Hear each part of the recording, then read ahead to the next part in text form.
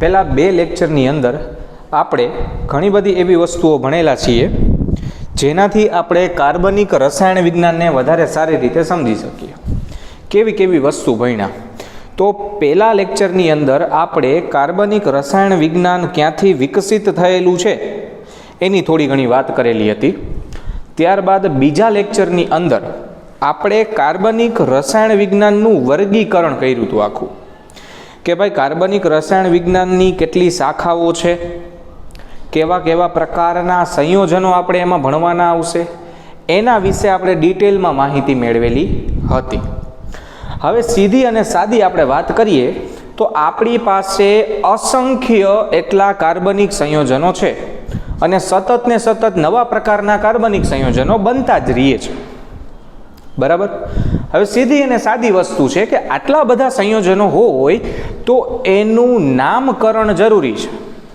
હું એમ કહું કે એક ક્લાસની અંદર 3 પ્રકાશ ભણે છે, પ્રકાશ નામના 3 વ્યક્તિ ભણે છે, તો હું પ્રકાશ શબ્દ બોલીશ એટલે 3 વ્યક્તિ ઊભા થશે. પણ હું કયા પ્રકાશની વાત કરું છું એ જ્યાં સુધી હું એનું પૂરું નામ નહીં બોલું ત્યાં સુધી મને ખબર નહીં પડે.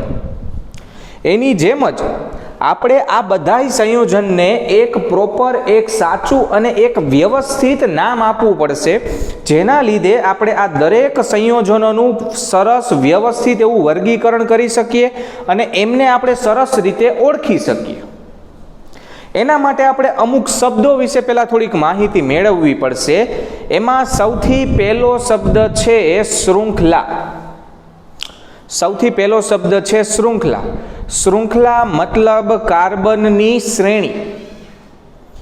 એની અંદર 2 કાર્બન હોય, 3 કાર્બન હોય, 4 કાર્બન હોય, 50 કાર્બન હોય, મતલબ એક સાથે જોડાયેલી લાંબી શૃંખલા છે. બીજો શબ્દ છે શાખા. શાખા મતલબ શૃંખલા સાથે જોડાયેલો નાનકડો બીજો ભાગ, જે પણ કાર્બનનો જ બનેલો છે. ધારો કે મારી પાસે 10 કાર્બનની શૃંખલા છે અને એમાં 2 અલગ અલગ જગ્યાએ બીજા 2 કાર્બન લટકે છે, તો એ 2 જે લટકતા કાર્બન છે એ એની શાખા થઈ. અહીંયા બતાવું હું તમને. જો અહીંયા 9 કાર્બનની આ શૃંખલા છે અને એમાં આ 2 શાખા છે અલગ અલગ. એટલે પહેલો શબ્દ આવ્યો શૃંખલા, બીજો શબ્દ આવ્યો શાખા, ત્રીજો શબ્દ છે ક્રિયાશીલ સમૂહ. આપણે ક્રિયાશીલ સમૂહ શું છે એની પહેલા વાત કરીએ. તો ક્રિયાશીલ સમૂહ એક એવી વસ્તુ, એક એવી અણુઓની રચના છે, પરમાણુઓની રચના છે, જે આખા સંયોજનની રાસાયણિક પ્રક્રિયા નક્કી કરે છે. ફરીથી, ક્રિયાશીલ સમૂહ એટલે પરમાણુ કે પરમાણુનો સમૂહ જે કાર્બનિક સંયોજનની રાસાયણિક પ્રક્રિયા નક્કી કરે એને ક્રિયાશીલ સમૂહ કહેવાય. ચોથો શબ્દ આવે છે સમાનધર્મી શ્રેણી. સમાનધર્મી શ્રેણી એટલે શું? તો આપણે 10મા ધોરણની અંદર ગણિતની અંદર એક ચેપ્ટર ભણ્યા જે સમાનધર્મી શ્રેણી સાથે સંબંધિત છે. હું તમને જરાક યાદ કરાવું એ ચેપ્ટર. તો એ ચેપ્ટરની અંદર પ્રથમ પદ નામનું શબ્દ આવતું હતું, અંતિમ પદ નામનો શબ્દ એક આવતો હતો, પ્રથમ પદ અને દ્વિતીય પદ વચ્ચેના તફાવત નામનો શબ્દ આવતો હતો, જેને આપણે એરિથમેટિક પ્રોગ્રેશન કહીએ છીએ. મતલબ કે 2 પદ વચ્ચે રહેલો તફાવત સરખો હશે, ક્રમશઃ આવતા 2 પદ વચ્ચે આવતો તફાવત સરખો હશે અને એવી એક સળંગ શ્રેણી હશે. એને આપણે એરિથમેટિક પ્રોગ્રેશન કહીએ છીએ અને અહીંયા એનું નામ છે સમાનધર્મી શ્રેણી. એની અમુક લાક્ષણિકતા મેં અહીંયા લખેલી છે. સૌથી પહેલી લાક્ષણિકતા છે કે સમાનધર્મી શ્રેણીમાં રહેલા સંયોજનો એક સરખો ક્રિયાશીલ સમૂહ ધરાવે છે. 3 સમાનધર્મી શ્રેણી આપણે ભણ્યા હતા સૌથી પહેલા લેક્ચરમાં, આલ્કેન, આલ્કીન અને આલ્કાઇન. આલ્કેન તો એમાં આપણે જોયું હતું methane, ethane, propane, butane, pentane. દરેકની અંદર અહીંયા આપણે લખેલા છે, દરેકની અંદર તમે જોશો તો CH4 થી C2H6 તરફ જાઓ તો CH2 નો તફાવત છે. ઇથેનથી પ્રોપેનમાં જાઓ તો પાછો CH2 નો તફાવત. પ્રોપેનથી બ્યુટેનમાં જાઓ તો પાછો CH2 નો તફાવત. બ્યુટેનથી પેન્ટેનમાં જાઓ તો પાછો CH2. મતલબ કે ક્રમશઃ આવતા બે અલગ અલગ સંયોજનો વચ્ચેનો તફાવત CH2 નો હશે. એટલે બીજી આપણે લાક્ષણિકતા એવી લખેલી છે કે ભાઈ બે ક્રમિક સભ્યો વચ્ચે CH2 જેટલો તફાવત હોય એને દળમાં રૂપાંતરિત કરીએ તો કાર્બનનું દળ હોય 12 અને હાઇડ્રોજનનું 1. બે હાઇડ્રોજન છે એટલે કાર્બન 12 ને હાઇડ્રોજનના 2 એટલે ટોટલ 14. તો ભાઈ બે ક્રમિક સભ્યો વચ્ચે 14 એટોમિક માસ યુનિટ AMU નો તફાવત હોય છે. એના ઉપરાંત જે કોઈ પણ સમાનધર્મી આપણે શ્રેણી લઈએ તો એ સમાનધર્મી શ્રેણીના ભૌતિક અને રાસાયણિક ગુણધર્મ સમાન હોય છે, એ બદલતા નથી. હું એમ કહું કે આપણે કાર્બોક્સિલિક એસિડ નામની શ્રેણી લીધી, methanoic acid, ethanoic acid, propanoic acid, એવી આખી શ્રેણી બને. તો એ શ્રેણી એવું નથી કે અડધા સંયોજનો એસિડિક હોય, અડધા સંયોજનો બેઝિક હોય, એવું ના હોય. એના ભૌતિક અને રાસાયણિક ગુણધર્મ સરખા જ હોય. મતલબ મિથેનોઇક એસિડ જેવી રીતે પ્રક્રિયા કરે એવી જ રીતે મોટા ભાગની પ્રક્રિયા ઇથેનોઇક એસિડ કરતું હોય. ત્યાર પછીની એની છેલ્લી લાક્ષણિકતા એક એવી છે કે એના ગલન બિંદુ ને ઉત્કલન બિંદુમાં ક્રમશઃ વધારો થતો જાય. ઉપરથી નીચે આવો એમ એના ગલન બિંદુ ને ઉત્કલન બિંદુ વધતા જાય. મિથેન કરતાં ઇથેનમાં કાર્બન વધારે છે અને હાઇડ્રોજન વધારે છે, તો એના લીધે એનું ગલન બિંદુ ને ઉત્કલન બિંદુ મિથેન કરતાં વધારે જ હોવાનું છે, સ્વાભાવિક વસ્તુ છે. એવી જ રીતે ઇથેન કરતાં પ્રોપેનનું, પ્રોપેન કરતાં બ્યુટેનનું, એમ જેમ આપણે નીચે આવતા જાય એમ એનું ગલન બિંદુ ને ઉત્કલન બિંદુ ક્રમશઃ વધતું જાય, ઘટે નહીં. કેમ કે એનો અણુભાર વધતો જાય છે, એટલા માટે. હવે આપણે પ્રોપર જે આજે કરવાનું છે એની અંદર ઉતરીએ. ફરીથી હું તમને બધા શબ્દો કહી દઉં છું. સૌથી પહેલો શબ્દ હતો શૃંખલા, કાર્બનની સળંગ રચનાવાળી સંખ્યા. બીજું આવે છે શાખા, તો એ સંખ્યા જે કાર્બનની લાંબામાં લાંબી છે એ શૃંખલાની ઉપર નીચે લટકતા કાર્બનના ઝુમખા એટલે એ શાખા. ત્રીજો શબ્દ હતો ક્રિયાશીલ સમૂહ અને ચોથો સમાનધર્મી શ્રેણી. હવે નામકરણમાં આપણે સમાનધર્મી શ્રેણીની કાંઈ જરૂર નથી. મેઇનલી આ ત્રણ શબ્દ આવશે, શૃંખલા, શાખા અને ક્રિયાશીલ સમૂહ. એટલે ખાસ ધ્યાન આપજો. આપણે હવે ફૈબા બનવાનું છે કે ભાઈ કાર્બનિક સંયોજનોનું નામકરણ. દુનિયાનું કોઈ પણ કાર્બનિક સંયોજન તમને આપે તમે એનું નામકરણ કરી શકો એવા નિયમો આપણી પાસે છે. ફરીથી, દુનિયાનું કોઈ પણ કાર્બનિક સંયોજન તમને આપી દે તમે એનું નામકરણ કરી શકો એવા નિયમો આપણી પાસે છે. કોણે આપેલા છે? તો IUPAC નામની સંસ્થા, નામની ઇન્સ્ટિટ્યૂટ છે IUPAC, એણે આ નિયમો આપેલા છે. તો IUPAC નું ફૂલ ફોર્મ શું છે? International union of pure and applied chemistry, IUPAC. આ ફૂલ ફોર્મ 1 માર્ક માટે જરૂરી છે, તમને 11મામાં લેવાતી પરીક્ષાઓમાં પૂછાશે. International union of pure and applied chemistry. હવે આ નહોતું ત્યારની વાત, મતલબ કે આવી કોઈ સંસ્થા અસ્તિત્વમાં નહોતી, તો એ પહેલાં લોકો કેવી રીતે નામકરણ કરતા? તો એની પહેલાં લોકો કાર્બનિક સંયોજનોનું નામકરણ એના સ્ત્રોત કે એની અંદર રહેલા ગુણધર્મના આધારે એનું નામકરણ કરતા હતા. અમુક ઉદાહરણ આપણે લીધા છે. પહેલું ઉદાહરણ છે સાઇટ્રિક એસિડ. તો ભાઈ સાઇટ્રિક એસિડ કેમ એવું નામ પડ્યું? કારણ કે એ આપણને ખાટા ફળોમાંથી મળતું હોય છે, એના લીધે આપણે એને સાઇટ્રિક એસિડ નામ આપ્યું છે. સાઇટ્રસ મતલબ થાય ખાટું. ત્યારબાદ ફોર્મિક એસિડ, લાલ કીડી, એનું લેટિન નામ છે ફોર્મિકા. હવે લાલ કીડી જ્યારે ડંખ મારે ત્યારે ફોર્મિક એસિડનો એ સ્ત્રાવ કરે છે. એના લીધે એ લાલ કીડીના નામ ઉપરથી આપણે એને નામ આપી દીધું છે ફોર્મિક એસિડ. આ જૂની વાત થઈ. એટલે આ જે નામ છે એને આપણે રૂઢિગત નામ કહી શકીએ અથવા તો સામાન્ય નામ કહી શકીએ, જેમાં આપણે IUPACના નિયમો વાપરતા નથી. એમાં આપણે કેવી રીતે નામ નક્કી કરીએ તો ભાઈ એ સ્ત્રોત એટલે ક્યાંથી મળે છે અથવા તો એનો ગુણધર્મ એના ઉપરથી આપણે નક્કી કરતા હતા પહેલાં. એટલે આવા નામને સામાન્ય નામ કહેવાય. સાઇટ્રિક એસિડનું આયુપીએસી નામ અલગ હોય, ફોર્મિક એસિડનું આયુપીએસી નામ અલગ હોય. જેમ આપણને ઘરમાં લાલો કહેતા હોય પણ બહાર નામ કંઈક બીજું જ હોય. સમજાણું? એની જેમ આ એનું સામાન્ય નામ છે. આયુપીએસી ફૈબાએ કરેલું નક્કી નામ એ તો અલગ વસ્તુ છે આખી. લેટેસ્ટ આપણે તાજેતરની વાત કરીએ નેનો ટેકનોલોજીની, તો કાર્બનના 60 પરમાણુ એક ફૂટબોલ જેવો આકાર બનાવે છે, જેને આપણે બકીબોલ કહીએ છીએ. લેટેસ્ટ ગોતાયેલી વસ્તુ થોડાક વર્ષો પહેલાં જ. એનું નામ છે બકમિન્સ્ટર ફુલેરિન. આપણે એક સામાન્ય નામ છે, પણ એ નામ ક્યાંથી આપ્યું છે તો એક અમેરિકાની અંદર વ્યક્તિ હતો, આર્કિટેક્ટ હતો. આર્કિટેક્ટનું ગુજરાતી એટલે વિશેષજ્ઞ. એ આર્કિટેક્ટનું નામ હતું Buckminster Fuller. R Buckminster Fuller. એના ઉપરથી આ નામ આપેલું છે. હવે એ આર્ટિસ્ટે એવું શું કામ કરેલું છે કે એના ઉપરથી આપણે એક સંયોજનનું નામ એને આપી દીધું. તો એણે જે આપણે ફૂટબોલનો આકાર જોઈએ છીએ એને એ આકાર જે છે ફૂટબોલનો ષટકોણ અને પંચકોણનો બનેલો, એ આકારને જીઓડેસ્ટિક ડોમ આકાર કહેવાય. જીઓડેસ્ટિક ડોમ આકાર. અને એ આકારની શોધ આ આર્કિટેક્ટે કરેલી છે. એના લીધે અને કાર્બન 60 અદ્દલ એના જેવું જ છે, ફૂટબોલના આકાર જેવું ષટકોણ અને પંચકોણનું બનેલું.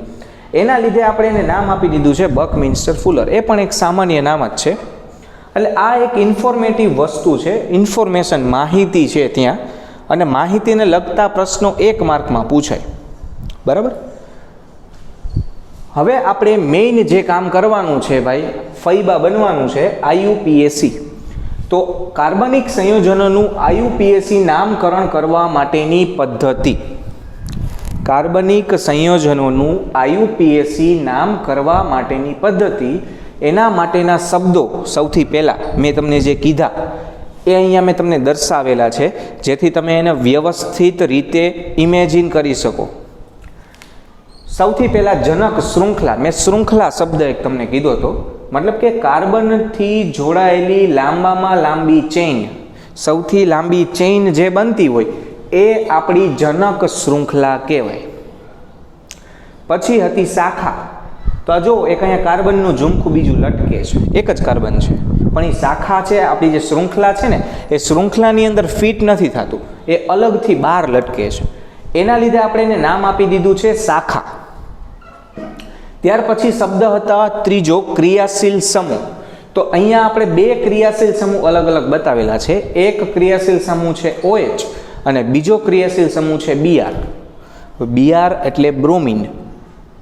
17મો સમૂહ આવર્ત કોષ્ટકનો. ફ્લોરિન, ક્લોરિન અને બ્રોમિન. ત્રીજું સંયોજન, ત્રીજું તત્વ બ્રોમિન, જેને આપણે હેલોજન સમૂહ તરીકે ઓળખીએ છીએ, એ બ્રોમિન પોતે એક ક્રિયાશીલ સમૂહ છે.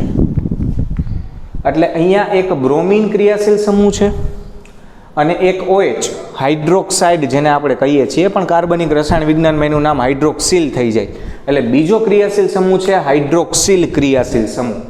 તો આપણી પાસે અહીંયા ટોટલ 3 વસ્તુ છે. એક છે જનક શૃંખલા, બીજું આવશે શાખા અને ત્રીજું આવશે ક્રિયાશીલ સમૂહ. જે વ્યક્તિને આ 3 વસ્તુ સાચી ગોતતા આવડી જાય એને નામકરણ આવડી જાય. સીધી અને સાદી વસ્તુ. જેને જનક શૃંખલા ગોતતા આવડે, જેને શાખા ગોતતા આવડે અને જેને ક્રિયાશીલ સમૂહને ઓળખતા આવડે, એને કાર્બનિક સંયોજનોનું નામકરણ આસાનીથી આવડી જાય. હવે નામ લખવાનું કેવી રીતે? તો તમે ઇંગ્લિશમાં વાક્યની રચના શીખા હશો ને, કે ભાઈ પહેલાં આ મૂકવાનું, હી, સી, ઈટ, તે, એ બધું પહેલાં લખવાનું. આવા નિયમો આપણે ઇંગ્લિશની અંદર ભણ્યા છીએ અંગ્રેજીમાં. એની જેમ અહીંયા મેં એક નાનકડું મારી રીતે એક નામ માટેનું એક સૂત્ર બનાવેલું છે. આ રીતે એને લખો એટલે એ નામકરણ તમારું વ્યવસ્થિત થાય. સૌથી પહેલાં મેં પૂર્વક શબ્દ લખેલો છે. તો ઘણા બધા ક્રિયાશીલ સમૂહ એવા હોય જેને લખવા માટે આપણે પૂર્વક લગાડવો પડે. જેમ કે હેલોજન જ છે, મારે આ હેલોજનને આની અંદર ઉમેરવું હોય નામમાં, તો મારે પૂર્વક લગાડવો પડે. બ્રોમિન માટે પૂર્વક લાગે છે બ્રોમો, ક્લોરીન હોય તો ક્લોરો, ફ્લોરીન હોય તો ફ્લોરો. તો સૌથી પહેલા પૂર્વક લખવાનો. ચાલો હવે પૂર્વકને સૌથી પહેલા લખીએ તો આવશે બ્રોમો. ડિટેલમાં વાત નથી કરતા, ખાલી આપણે ગોઠવીએ જ છીએ અત્યારે. પછી શાખા, તો પૂર્વક લખી લીધા પછી કોને લખવાની ભાઈ? તો ભાઈ શાખાને. તો CH3 નું નામ ખબર હોવી જોઈએ, મિથાઇલ. એટલે હું લખીશ બ્રોમો મિથાઇલ. પછી આવશે શૃંખલા. તો જે શૃંખલા છે 1 2 3 4 5 અને 6 કાર્બનની શૃંખલા છે. 6 એટલે હેક્સ. આવું મેં પહેલા લેક્ચરમાં કીધું હતું.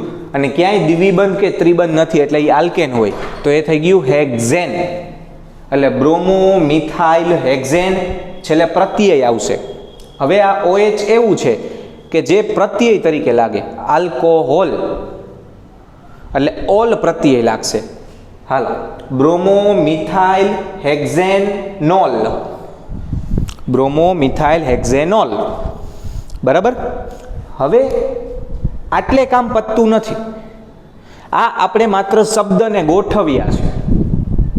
IUPAC નામકરણની ખાસિયત એ છે કે એ નામકરણની અંદર સંખ્યા પણ જરૂરી છે.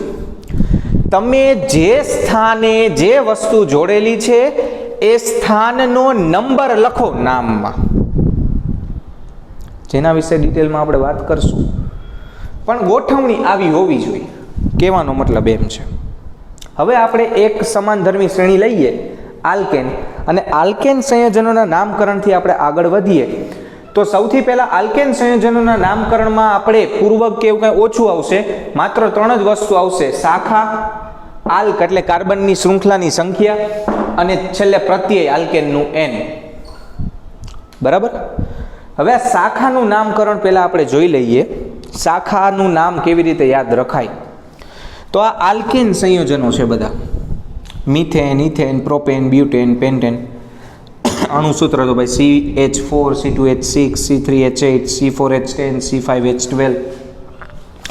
આ જે આલ્કેન સંયોજનો છે એ આલ્કેન સંયોજનોમાંથી એક હાઇડ્રોજન કાઢી નાખો.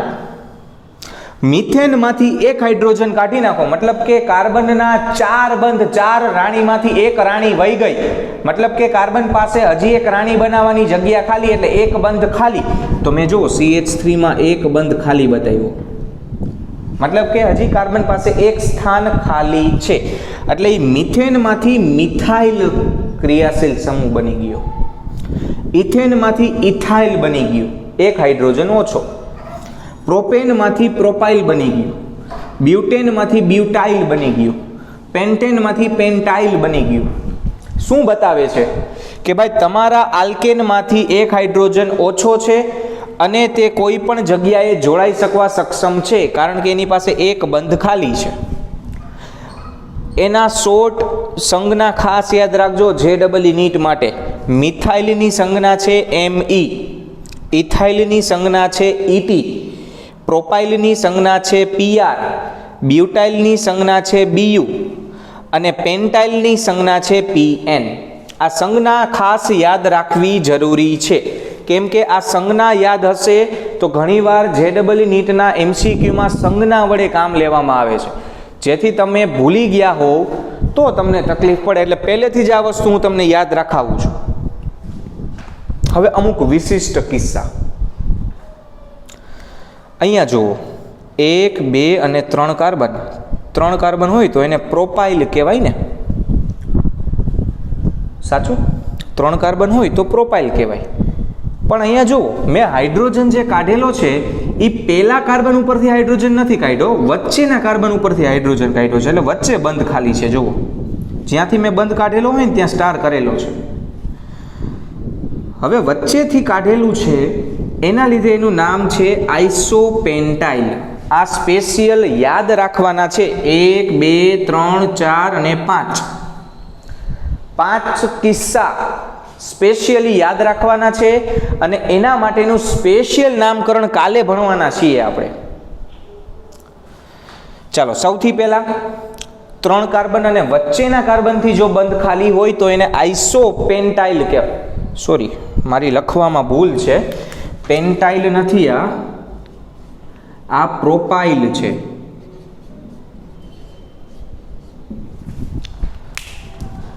ત્રણ કાર્બન વચ્ચેથી બંધ ખાલી એટલે એને કહેવાય આઇસોપ્રોપાઇલ.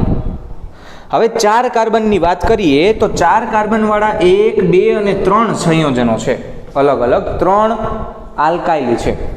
ચોથું અહીંયા આપણે ભણી ગયા. જો 4 કાર્બન સળંગ હોય અને પહેલા કાર્બનનો બંધ ખાલી હોય તો એ બ્યુટાઇલ કહેવાય. હવે જો 4 કાર્બન સળંગ હોય અને બીજા કાર્બનનો બંધ ખાલી હોય, ખાસ ધ્યાન આપજો, 4 કાર્બન સળંગ અને બીજા કાર્બનનો બંધ ખાલી તો એને દ્વિતીયક બ્યુટાઇલ કહેવાય. ખાસ યાદ રાખજો, આ આપણે શાખા ભણીએ છીએ, મુખ્ય સંયોજન શૃંખલા નથી ભણતા, શાખા ભણીએ છીએ. ત્યારબાદ 4 કાર્બન, એક શાખા અને પેલા કાર્બનનો બંધ ખાલી. ફરીથી 4 કાર્બન, એમાંથી એક શાખામાં છે એટલે 3 કાર્બન સળંગ, એક શાખા અને પેલા કાર્બન ઉપર જ બંધ ખાલી તો એને કહેવાય આઇસોબ્યુટાઇલ. ફરીથી 4 કાર્બન પણ એક કાર્બન શાખામાં અને પેલા કાર્બનનો જ બંધ ખાલી હોય તો એને આઇસોબ્યુટાઇલ કહેવામાં આવે છે. 4 કાર્બન પરંતુ ચતુર્થક કાર્બન, 4 કાર્બન પરંતુ ચતુર્થક કાર્બન. ચતુર્થક કાર્બન એટલે જેના ચારેય બંધ કાર્બન સાથે છે.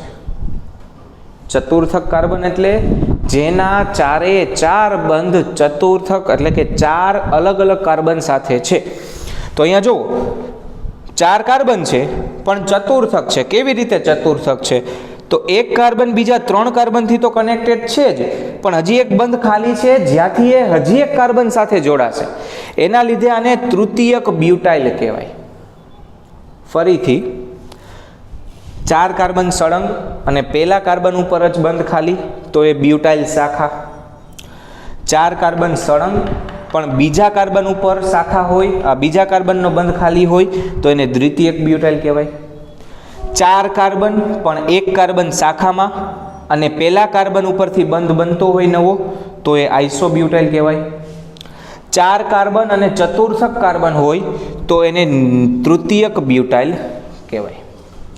છેલ્લું 5 કાર્બન અને ચતુર્થક કાર્બન, 1, 2, 3, 4 ને 5, 5 કાર્બન અને ચતુર્થક કાર્બન. ટૂંકમાં વચ્ચેનો કાર્બન તો 4 કાર્બનથી જોડાઈ ગયો છે એટલે હવે ફરતે 4 માંથી કોઈ પણ એક કાર્બનનો બંધ ખાલી હોય તેને નિયોપેન્ટાઇલ કહેવાય. અને જો સળંગ હોય અને પેલા કાર્બનનો જ બંધ ખાલી હોય તો એ ખાલી પેન્ટાઇલ કહેવાય. આ આપણે વાત કરી આપણા નામકરણમાં ઉપયોગી થતી શાખાઓની. મુખ્યત્વે આટલી શાખાઓ તમારે નામકરણમાં વાપરવાની થશે. મિથેન તો એની શાખા બને મિથાઇલ. ઇથેન તો ઇથેનમાંથી બનતી શાખા છે ઇથાઇલ. ટૂંકમાં એટલા કાર્બન હોય તો એને એ નામ દેવાનું. એક કાર્બનવાળી શાખા હોય તો મિથાઇલ, 2 કાર્બનવાળી શાખા હોય તો ઇથાઇલ, 3 કાર્બનવાળી શાખા હોય તો જોવાનું પહેલા કાર્બન ઉપરથી છે કે બીજા ઉપરથી. પહેલા ઉપરથી હોય તો પ્રોપાઇલ અને બીજા ઉપરથી હોય તો આઇસોપ્રોપાઇલ. 4 કાર્બનવાળી શાખા હોય તો પહેલા કાર્બન ઉપરથી હોય તો બ્યુટાઇલ, બીજા કાર્બન ઉપરથી હોય તો દ્વિતીયક બ્યુટાઇલ, પહેલા કાર્બન ઉપરથી ને એક શાખા હોય તો આઇસોબ્યુટાઇલ અને ચતુર્થક કાર્બનથી હોય તો તૃતીયક બ્યુટાઇલ. 5 કાર્બન હોય અને પહેલા કાર્બન ઉપરથી હોય તો પેન્ટાઇલ અને જો શાખા ચતુર્થક કાર્બન હોય તો એ નિયોપેન્ટાઇલ. આટલી શાખાઓનો વપરાશ આપણે નામકરણમાં કરીશું. હવે નામકરણના નિયમોની વાત કરીએ. કેટલા? ટોટલ 6 નિયમ છે આપણી પાસે. પછી વિશિષ્ટ કિસ્સાઓ છે. વિશિષ્ટ કિસ્સાઓની વાત આપણે લાસ્ટમાં કરશું, મતલબ કે નેક્સ્ટ લેક્ચરમાં. પહેલાં આપણે માત્ર ને માત્ર સાદું નામકરણ ભણી લઈએ, આલ્કેનનું નામકરણ. સૌથી પહેલો નિયમ છે લાંબામાં લાંબી શૃંખલા નક્કી કરવી. સૌથી પહેલો નિયમ છે લાંબામાં લાંબી શૃંખલા પસંદ કરવી, લાંબામાં લાંબી શૃંખલા નક્કી કરવી.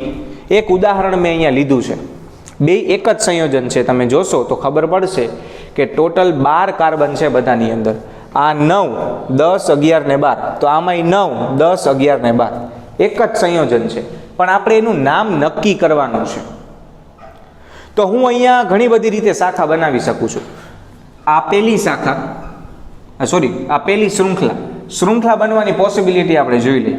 તો આમાં 9 કાર્બનની શૃંખલા બને છે, અને જો હું અહીંયાથી નીચે તરફ લઈ લઉં તો એ 8 કાર્બનની શૃંખલા બને છે. આપણો નિયમ શું હતો ભાઈ? લાંબામાં લાંબી શૃંખલા પસંદ કરવી. તો લાંબામાં લાંબી શૃંખલા આ થઈ, એટલે હું આ રાઈટ ગણું છું ને આ રોંગ છે. 8 વાળું પસંદ નહીં કરી શકું, કારણ કે એનાથી લાંબી શૃંખલા અવેલેબલ છે, હાજર છે. તો તમારે લાંબામાં લાંબી શૃંખલા સૌથી પહેલા તમારા સંયોજનમાં ગોતવી પડશે. સૌથી પહેલો નિયમ લાંબામાં લાંબી શૃંખલા ગોતો. નિયમ નંબર 2, છેડો એવો પસંદ કરો જ્યાંથી શાખાને ઓછો નંબર આવે. નિયમ નંબર 2, છેડો એવો પસંદ કરો જ્યાંથી શાખાને ઓછો નંબર આવે. હવે અહીંયા જોવો જોઈએ, આને આ વસ્તુ છે મેં હાઇડ્રોજન કાઢી નાખ્યા છે, એટલો જ ફરક છે. ખાલી કાર્બન જ લખ્યા છે, તમને ગણવામાં સહેલું રહે ને એટલે.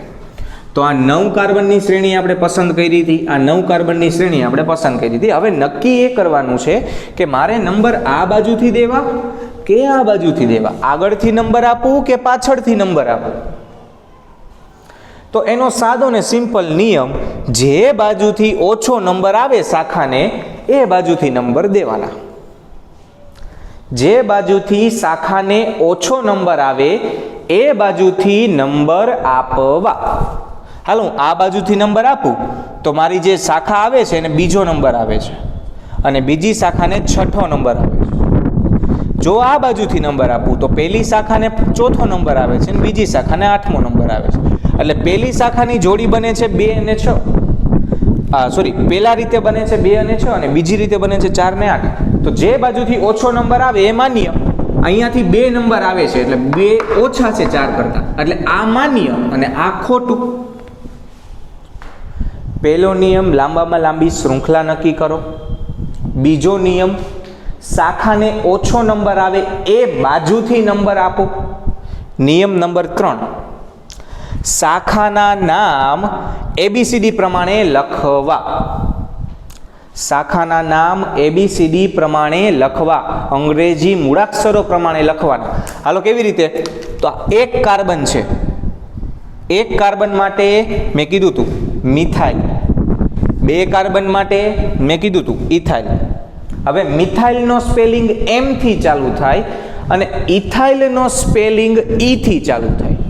એટલે ABCD પ્રમાણે E પહેલા આવે ને M પછી આવે. તો લખતી વખતે પહેલા કોને લખવાનું? ઇથાઇલને, અને પછી કોને લખવાનું? મિથાઇલને. માત્ર લખવામાં જ ધ્યાન આપજો, લખતી વખતે. હવે લખવામાં બીજું શું ધ્યાન રાખવાનું ભાઈ? તો સંખ્યા અને શાખાની વચ્ચે ડેશ કરવાનો એક. આ સંયોજનનું નામ રેડી છે, એટલે આપણે પહેલા એ સંયોજનનું નામ લખી લઈ. બરાબર? ચાલો, આ સમાનધર્મી શ્રેણી અત્યારે હું કાઢી નાખું છું.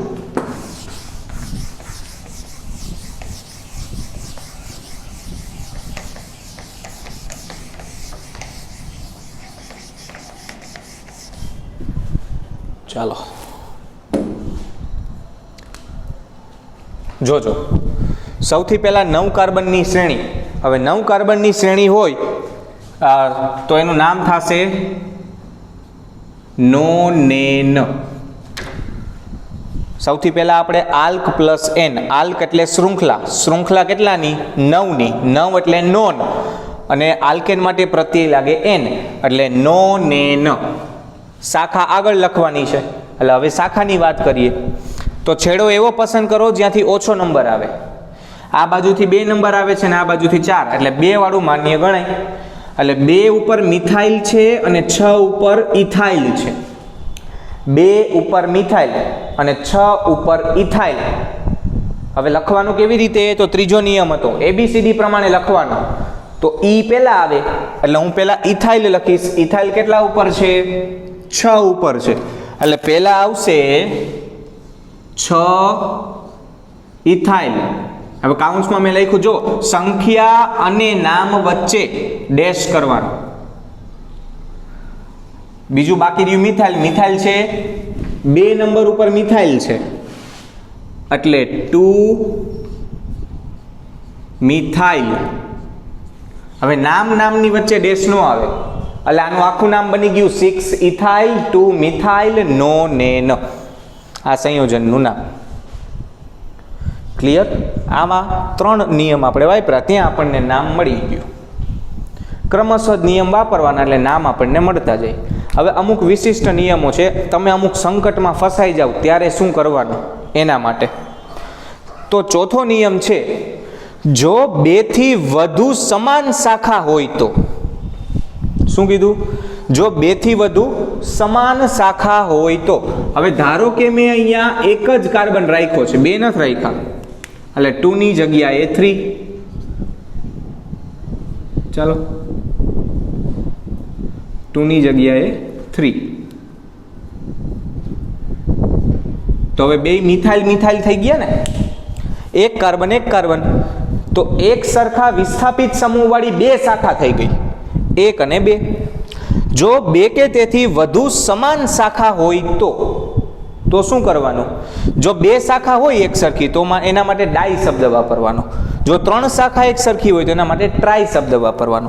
જો 4 શાખા એક સરખી હોય તો એના માટે ટેટ્રા શબ્દ વાપરવાનો. અને 5 શાખા એક સરખી હોય તો એના માટે પેન્ટા શબ્દ વાપરવાનો.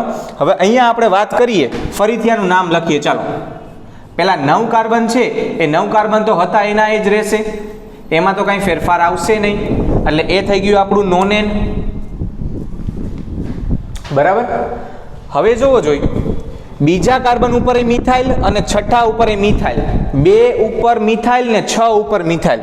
એટલે પેલા 2 ના નંબર લખવાના અને 2 વચ્ચે અલ્પવિરામ 2 6. 2 ઉપર અને 6 ઉપર છે. સંખ્યા અને નામ વચ્ચે ડેશ 2 વાર હોવાથી ડાઈ, એટલે 2 6 ડાઈ મિથાઇલ નોનેન. એનું નામ થઈ ગયું. એનું એક બીજું ઉદાહરણ અહીંયા લખ્યું, જુઓ મેં 1 2 3 4 અને 5 કાર્બનની લાંબામાં લાંબી શૃંખલા, એટલે એ થઈ ગયું પેન્ટેન. તો પેન્ટેન. બીજા અને ચોથા નંબર ઉપર એક મિથાઇલ છે એટલે 2 4 ડાઈ મિથાઇલ પેન્ટેન. 3 હોય તો 3 નંબર આવશે અને ટ્રાય લખવાનું. 4 હોય તો 4 નંબર આવશે અલગ અલગ અને ટેટ્રા લખવાનું. 5 હોય તો 5 નંબર આવશે જે જગ્યાના હોય એ, અને પેન્ટા લખવાનું. ક્લિયર? 5મો નિયમ છે, જેનું નામ ABCD પ્રમાણે પહેલા આવે એને ઓછો નંબર દેવાનો. ક્યારે? હમણાં જ આપણે એમ કીધું કે ABCD વાળું તો ખાલી લખવામાં જ વાપરવાનું. તો આ નંબર દેવામાં કાં ABCD આવ્યું? તો નંબર દેવામાં ABCD એટલે આવ્યું છે કે હું આ બાજુથી નંબર આપું તોય એક નંબર આવે, આ બાજુથી નંબર આપું તોય ઈનો ઈ જ નંબર આવે. હાલો આમાં મોડિફિકેશન કરીએ આપણે. આ બાજુથી 2 નંબર આવે છે ને, 1 અને 2, તો આ બાજુથી હવે 2 નંબર આવશે. ચાલો,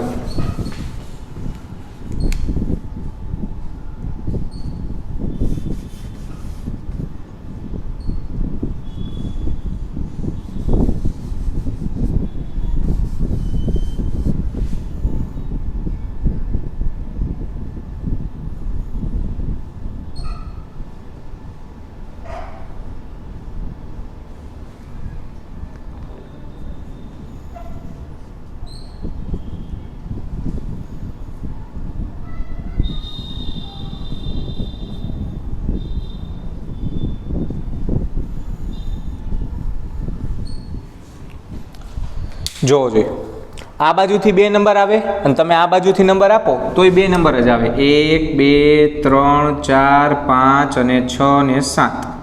અહીંથી આપો તોય 2 નંબર આવે, અહીંથી આપો તોય પહેલા વાળાને 2 આવે, બીજા વાળાને 6 આવે, ને અહીંયા બીજા વાળાને 6 આવશે. એટલે 4 8ની જગ્યાએ થઈ જશે 2 અને 6. તો હવે કઈ બાજુથી નંબર આપો એ ખબર પડતી નથી. તો 2 માંથી ગમે એ બાજુ આપો એ સાચું જ સાબિત થશે. બરાબર, એટલે હું આને ખોટું કહી શકીશ નહીં. કારણ કે અહીંયા એક કાર્બન છે ને અહીંયા એક કાર્બન છે, બે મિથાઇલ જ છે. એટલે હવે થોડોક નિયમ ધ્યાનથી સાંભળજો. જ્યારે બંને બાજુથી શાખાને સરખો નંબર આવે, પણ કેવી શાખા? અલગ અલગ શાખા. કેવી શાખા? અલગ અલગ શાખા. તો હું તમને એનું સ્પેશિયલ એક ઉદાહરણ આપું છું, જેનાથી આપણને વધારે આઈડિયા આવે. જોજો ધ્યાનથી. સ્પેશિયલી 5મા નંબર માટે છે આ.